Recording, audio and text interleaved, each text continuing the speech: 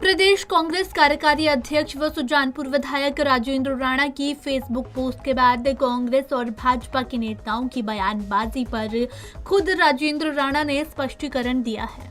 दरअसल हमीरपुर में पत्रकारों से बातचीत के दौरान विधायक राजेंद्र राणा ने कहा कि उन्होंने केवल अपने तजुर्बे को लोगों के साथ साझा किया है और उनका मानना है कि लोगों को आपसी रंजिश छोड़कर काम करना चाहिए।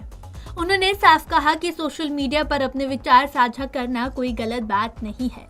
उनकी इस पोस्ट में सरकार या व्यक्ति विशेष का कोई जिक्र नहीं है। देखिए, जो पोस्ट लिखी है वो तो मैंने अपने तजर्बे के हिसाब से लिखी है।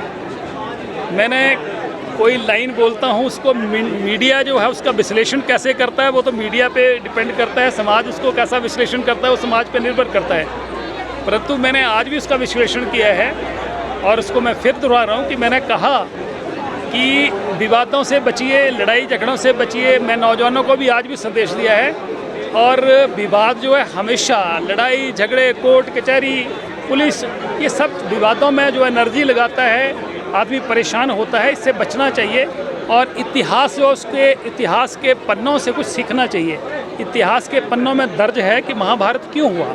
महाभारत इसलिए हुआ कि जब पांडव 5 गांव की बात कर रहे थे कि हमें कुछ नहीं चाहिए, हमें 5 गांव की बात कर रहे हैं, 5 गांव दीजिए, तो दुर्योधन ने कहा कि हम सुई की नोक के बराबर भी ज़मीन देने के लिए तैयार नहीं है। झगड़ा हुआ, उसका रिजल्ट क्या हुआ? उसका रिजल्ट ये हुआ कि लाखों लोग जो है उनका नरसंहार हुआ, तबाही हुई, लोग मारे गए हैं, लड़ाई झगड़े हुए, बड़ी तबाही हुई। तो समाज को इससे सीखना चाहिए कि लड़ाई झगड़े, ज़मीनों के विवाद, आपसी झगड़े, मार पीट, इनसे बचना चाहिए। मेरा तो मैसेज यही है। बाकी उस मैसेज को किस तरीके से कोई लेता है, कि उसका विश्लेषण क्या करता है, उस पर डिपेंड करता है। वहीं दूसरी ओर कांग्रेस में अंतर्कलह के उजागर होने पर भाजपा नेताओं की टिप्पणी पर राजेंद्र राणा ने प्रतिक्रिया दी। राणा ने कहा कि कांग्रेस पार्टी एकजुट है और ये भाजपा के नेताओं का पोस्ट को देखकर नजरिया हो सकता है। वहीं कृषि मंत्री चंद्र कुमार के द्वारा की गई टिप्पणी पर विधायक राजेंद्र राणा ने कहा कि मीडिया ने उन्हें घुमा फिरा कर सवाल किए हैं। वहीं भाजपा में जाने की अटकलों पर विधायक राणा ने कहा कि चुनावों से पहले भी इसी तरह की अटकलें लगाई गई थी जो सही साबित नहीं हुई है। उन्होंने कहा कि राजनीति में अटकलों का दौर हमेशा चला रहता है। हो सकता है, मैंने तो आज भी कहा है कि आदमी कर्म से बड़ा बनता है।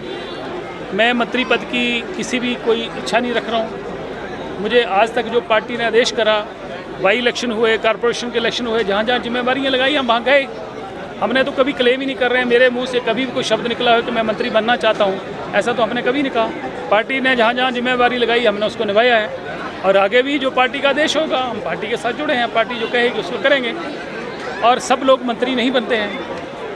मंत्री किसको बनना है मुख्यमंत्री का प्रेरोगेटिव है और हाई कमान के साथ मुख्यमंत्री जो है तय करते हैं, फैसला करते हैं कहाँ मंत्री बनने हैं, कहाँ नहीं बनने हैं, किसको बनाना है, किसकी जिम्मेवारी कहाँ लगानी है, कौन इंपॉर्टेंट है, कौन नहीं इंपॉर्टेंट है। तो ये सब चीज़ें बैठ के होती हैं, वो हो जाएगी। और मंत्री पद के साथ इसका कोई लेना देना नहीं। कभी तो आदमी शुरुआत करता है, अपने विचारों का आदान प्रदान करना, विचारों को साझा करना कहाँ से गलत है। दुनिया सोशल मीडिया पे अपनी पोस्टें डालती है, हमने भी डाली है। इसमें कोई दुर्भावना से नहीं है, किसी के प्रति दुर्भावना नहीं है, किसी के प्रति टिप्पणी नहीं है, किसी का नाम नहीं है, कोई जाति, धर्म, समाज, किसी के प्रति, किसी पार्टी के प्रति, किसी व्यक्ति के प्रति तो हमने कुछ कहा नहीं है। हम तो सबका सम्मान करते हैं, हम तो बच्चे का भी सम्मान करते हैं। मैं तो सरकार का हिस्सा हूँ, MLA हूँ और सरकार बड़ी बेहतरीन तरीके से काम कर रही है और कोई किसी तरह का कोई विवाद नहीं है। लगाई जा रही है कि आप बीजेपी में बहुत ही जल्द शामिल होंगे। अटकलें तो चुनावों से पहले भी लगाई जा रही थी। अटकलें राजनीति में लगती रहती हैं, इनको लगने दीजिए। आपको बता दें कि बीते दिनों विधायक राजेंद्र राणा ने अपने फेसबुक पोस्ट में लिखा, जो विवादों से दूर रहते हैं वही दिलों पर राज करते हैं, जो विवादों में उलझ जाते हैं वो अक्सर दिलों से उतर जाते हैं। वहीं राजेंद्र राणा के इस बयान के बाद कांग्रेस में सियासी भूचाल आना लाजमी था। पंजाब केसरी टीवी के लिए हमीरपुर से सुप्रिया ठाकुर की रिपोर्ट।